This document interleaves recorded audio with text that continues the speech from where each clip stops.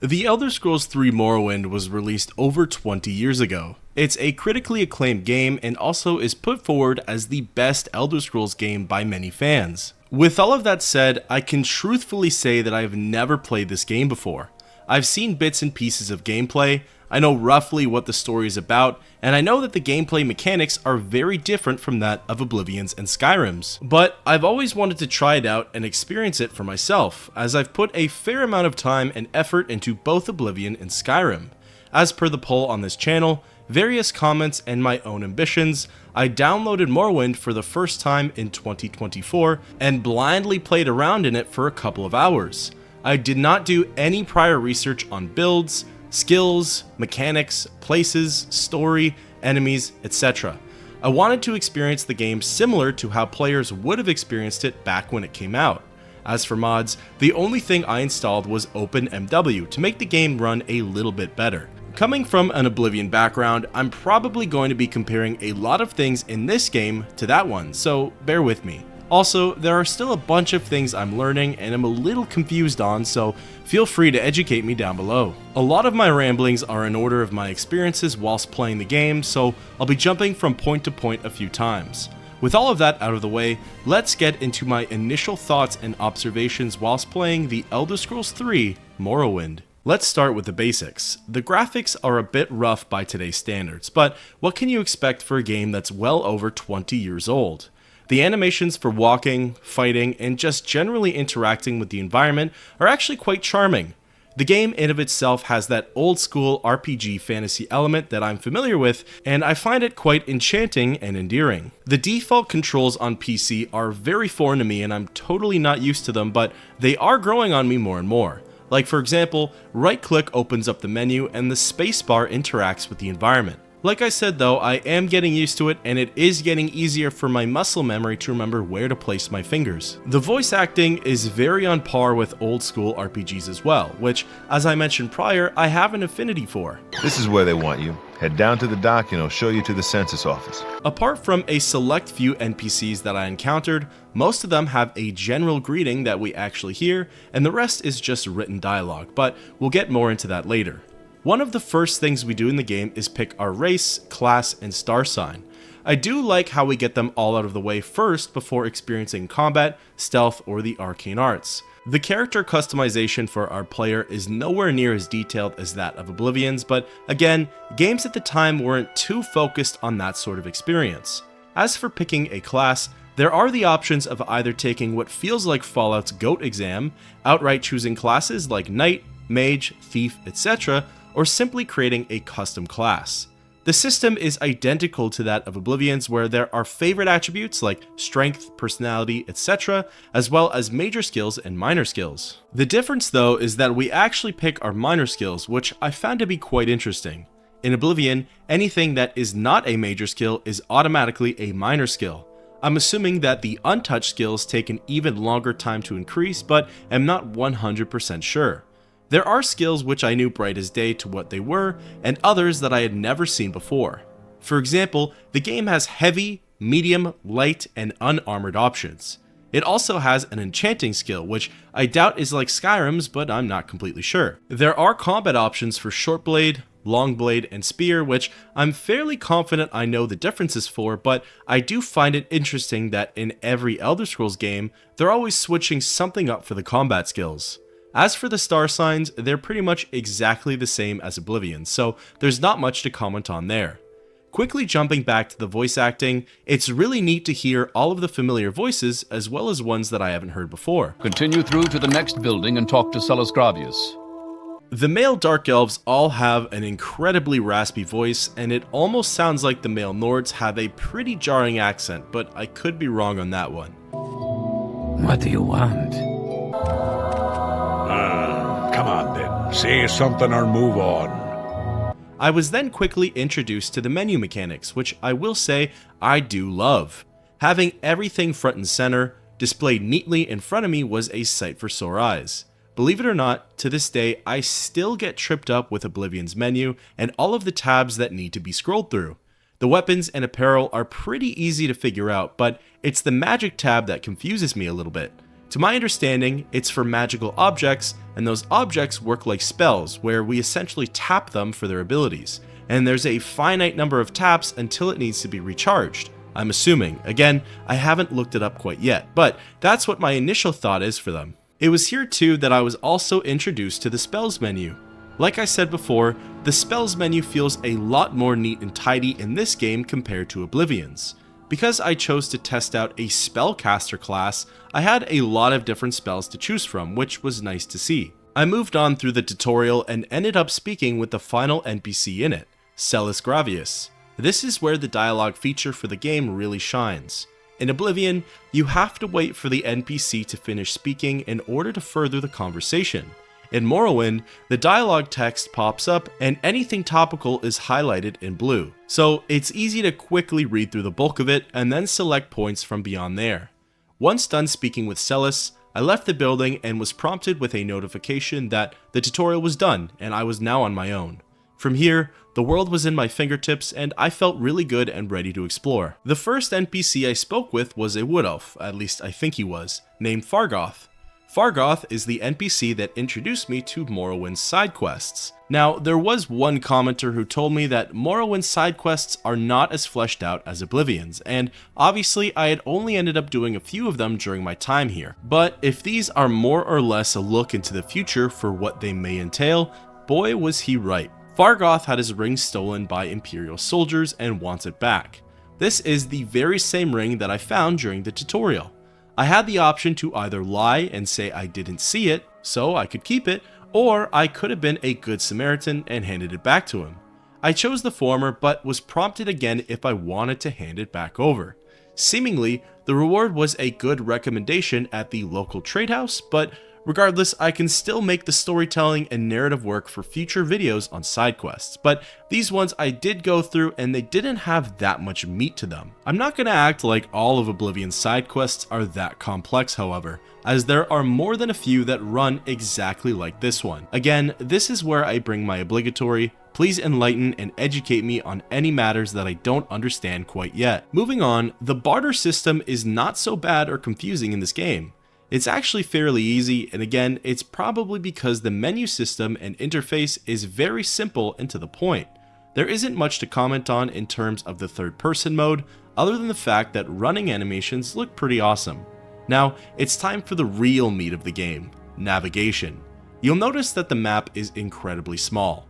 There are no bearings or directions, and most importantly, there are no quest markers. In terms of getting from place to place on foot, I either had to follow the road signs, which were pretty simple all things considered, so long as I stayed on the path, or I could have used Dead Reckoning by opening up the world map, which is not very detailed, and running in the direction of my desired destination. As for fast traveling, as we know it in Oblivion, Skyrim, Fallout, etc., it's a completely different ballgame in Morrowind. Opening the map, selecting a location, and getting there instantly simply does not exist.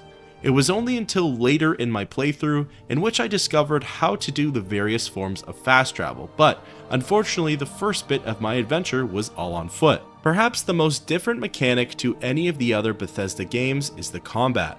The combat, to say the least, in this game is wild and at times frustrating. It essentially works as sort of like a D&D dice roll where you have a chance of hitting your target, but I believe said percentage depends on your skill level. So using a close combat weapon like a dagger or sword, you could just swing over and over again until you land some hits. By holding the attack, your character does a heavy or charged attack which deals more damage but uses more fatigue. I haven't solved it yet, but my best guess is that fatigue plays a bigger role in this game as maybe it influences the chances of actually landing a hit on the target. I'm not for certain, but I can tell it has a bigger role to play in this game. Magic use, on the other hand, still sort of confuses me. It works the same where you cast spells over and over, although there's a high percentage that the spell will fail. Even if it gets let off, who knows if the spell will even land. Spells do seem to deal more damage than the basic weapons, however. To be honest though, this isn't the part that confused me. It's what happened after I ran out of magicka. I'm fairly confident in saying that my magicka did not replenish over time, and as soon as it was depleted, that was it. I had no idea on how to get it back whilst in battle, so I had to switch over to a dagger and just pray that my shots would land. I kid you not, there was an instance with a rat that must have lasted at least 3 minutes. For the life of me, I could not land a single blow on the rat, and I was out of magicka.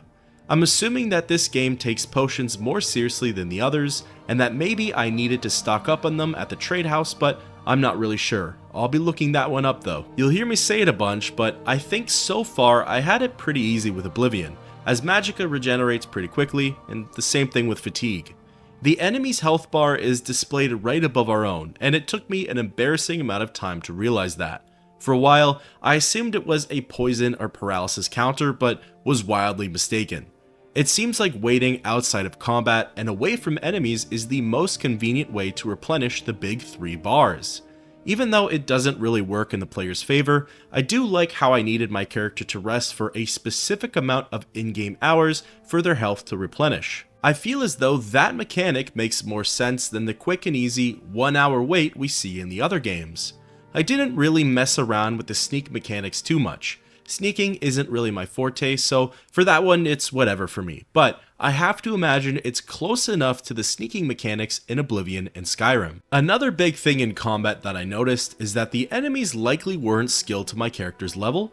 I had heard rumors of this before, but wasn't so sure to believe them or not. Essentially, I was able to kill one bandit pretty easily, but the next one completely overpowered me with 2 spells. This happened on 2 separate occasions, where I would enter inside of a cave, defeat the first enemy without a problem, and then get walked all over by the next one. The other areas I explored though with other enemies seemed to be fine and scaled to my level, so I'm not sure what the deal with that is. Also, as a very minor thing, after defeating an enemy, I had the option of disposing of their corpse, which I found to be really interesting. I don't know if this is a mechanic to get rid of any evidence, in case we had just committed a crime, or to just not have bodies littered everywhere, but I do find it pretty neat. The map of Morrowind feels pretty massive.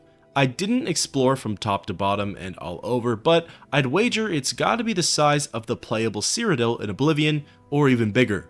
Maybe it's because my character was just so slow while moving, that the lack of progress made it feel like a bigger overall space, but either way, it certainly does not feel confined. Walking along the road feels pretty uneventful, but it feels that way in every open world RPG, so it's not really something to complain about.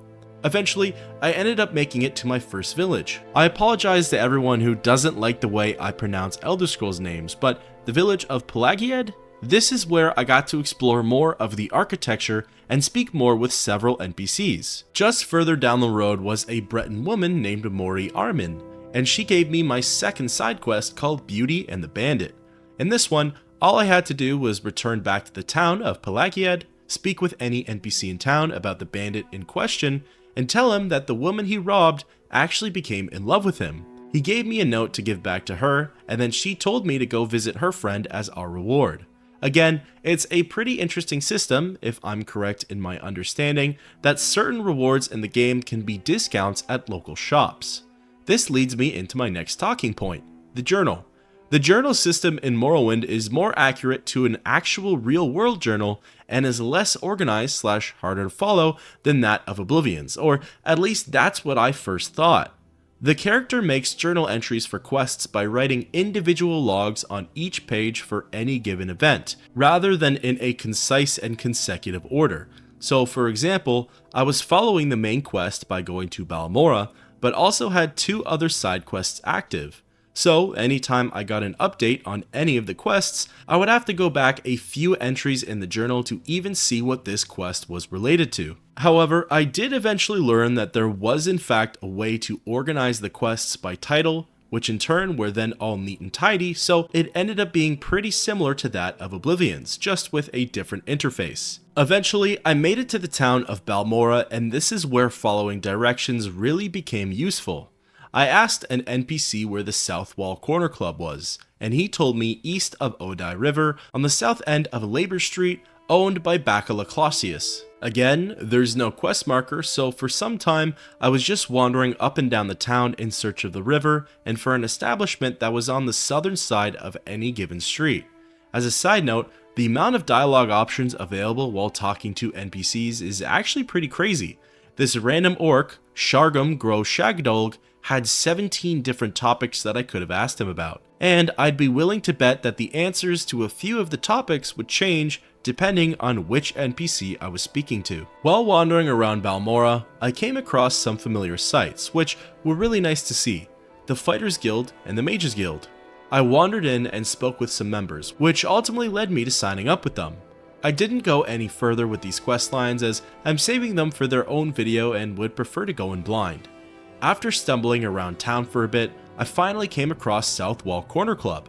After speaking to a few people in there, I was then redirected over to find, again, I apologize, Caius Cosades. The directions given to me were literally go out the front door, not the upper level door, turn right and go up to the stairs, turn left at the top and go to the end of the street.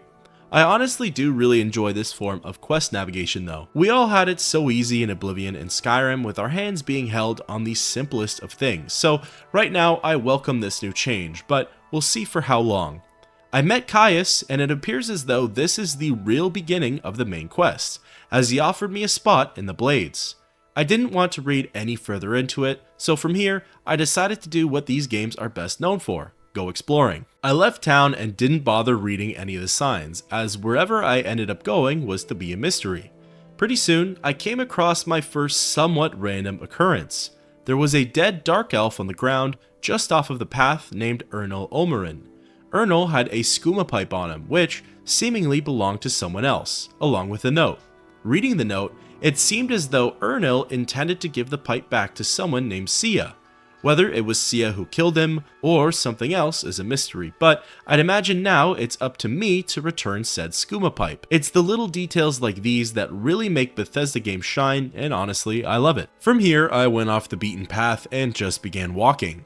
I arrived at an area that had these old destroyed looking towers. This area also had dead trees and very barren land. It reminded me a lot of post-Oblivion Crisis Kvatch.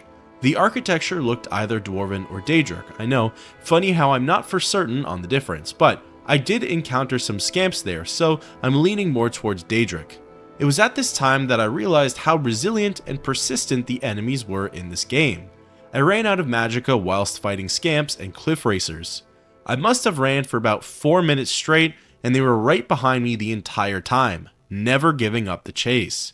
This also reminds me to mention that dying in this game actually has quite a lot of consequence. It seems obvious to say that, but it feels like the game rarely autosaves. For quite a while, my game's manual save file was the most recent one, as convenient fast travel isn't really an option within Morrowind, as it is probably the easiest way to get an autosave in the game's successors. Even though I had been entering in and out of buildings, there was still nothing, so that's also something I'm going to have to look further into. Eventually, I wandered so far and went inside something called the Ghost Gate Tower of Dusk. Everything in here looked completely unknown and foreign to me, which I have to say is probably my favorite part of this whole journey. By now, I know almost everything about Oblivion like the back of my hand. Nothing surprises me too much anymore in that game, but Morrowind is completely untouched territory for me. I know barely anything about the province, its towns, cities, settlements, ruins, etc., the people, the parties, the factions, the tribunal, the lore, the DLCs. This is definitely going to make for a fun time playing this game. Whilst here, I wanted to see how crime was treated, so I stole an Endoral helmet off of a table and was immediately shocked to death by a lightning spell. This is also partly where I learned the bitter consequence of dying, as my previous save was quite some time ago. I guess I was just surprised that there was no option for a rest and I was immediately attacked, but it definitely could have been due to the strange zone I was in. Eventually, I made my way into the town of Caldera and committed a crime again to see what would happen. This time, I was faced with the options of paying the fine, going to jail, or resisting arrest. Choosing to go to jail, I had to serve my time, and there was no jail area to even go into or escape out of. As per usual, my character's skills were affected by this, which I think is still a pretty fitting consequence. What surprised me the most was that I ended up all the way at an Imperial outpost. This seemed like a good distance away from the town of Caldera. Maybe not all towns have jails for the player to go to, but I also assume that the game maybe does this as further punishment, to put the player further away from their intended goal perhaps? I'm not really sure what to make of it. Something I haven't touched on yet is the music within the game. It's likely the music you're hearing now, and I personally really like it. Again, it resembles that of old school RPGs and is toned down quite a bit from what we hear in this game's successors, but that by no means is a bad thing. The song selection isn't vast, so I do hear the same tunes quite frequently, but for now I'm still enjoying them. It was only when I reached the town of Alderun that I realized how to get around to places faster. In fact, the tutorial even explains how to do this, but I was just too incompetent. Certain towns have caravanners who can take you on their silt strider to the next town. This is similar to the horse and carriage travel that we see in Skyrim. From Alderun, I was able to fast travel to Balmora, Kuul, Margan, Gnissis, all for a small fee. I chose Margan and explored around there for a little bit. It's here I tried out the persuasion game, and I admit it's not my forte in Oblivion, but this one made even less sense to me. It's very blunt and to the point with 3 options of intimidate, admire, and taunt. I tried to do all 3 and failed each one, resulting in this NPC not really liking me anymore. It's probably due to a multitude of factors, most being my own personal ones of inexperience and lack of travel, but it seems as though a lot of the towns are void of individuality and unique characteristics. Everywhere has seemed rather gloomy and for the most part looks all the same, of course depending on the certain villages. Like Balmora, Alderun, Margan, and Gnissis all look very identical. Maybe that's just due to weather effects or specific regions of the game having specific aesthetics like that of Oblivion. Like I've said a lot already, I really don't know yet. Coming up on the last little bit here, I was still just wandering around and exploring the world when I came across 2 miscellaneous quests. One was from a Redguard named Din, who was very hostile towards me. Din was frustrated with catching slaughterfish, and although I didn't quite read my journal as to what he wanted, I had a pretty good guess. I ignored Din and moved along, finding another NPC named Sinet Jeline. She lost her ring in a nearby pond and offered us a rather unique reward that I don't think I've ever seen the option for in Oblivion. I attempted to find the ring in the nearby pond, but quickly gave up because I wanted to explore more. My adventure soon ended off with entering inside of an old dwarven ruin and having to back out due to low magicka. I do miss the dwarven ruins of Skyrim, as personally, I liked them better than the alien ruins of Oblivion. It was at this point I decided it was best to seize this playthrough and do some actual research on the game. Builds, lore, quests, places, game mechanics, etc. So that way I'm not bumbling around and it lowers the potential for me having some bad learning pains and experiences. Overall, my initial reactions and experiences while playing this game are pretty positive.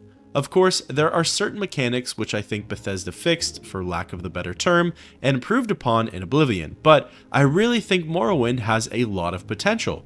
You can definitely tell the creative directions that Bethesda decided to take with Morrowind compared to Oblivion. Morrowind feels like there's a heavier emphasis on building a unique character from scratch and letting the gameplay speak for itself. It really shoos you out the door and tells you to just go and experience the world without holding your hand so much. Oblivion feels like it was built more around its narrative and storytelling. The voice actors and performances are the true bread and butter to Oblivion, which makes it what it is. I don't have too many hours under my belt for Morrowind, but I'm certainly looking forward to learning more about it in every possible way. There's a lot of gameplay features and mechanics that I probably didn't touch upon too much in this video, and that's likely because I didn't get to experience them yet or understand so little about them that they haven't really resonated with me. I look forward to embarking on new adventures and telling new stories in the Elder Scrolls 3 Morrowind with you all. Please, please, please don't forget to enlighten me and educate me on anything that I might have gotten wrong or have the wrong understanding about in terms of gameplay and mechanics. I don't mind searching things up, but I think it's even better to learn from the community on what's the best thing to do or how to most efficiently play this game. And until next time, keep on adventuring.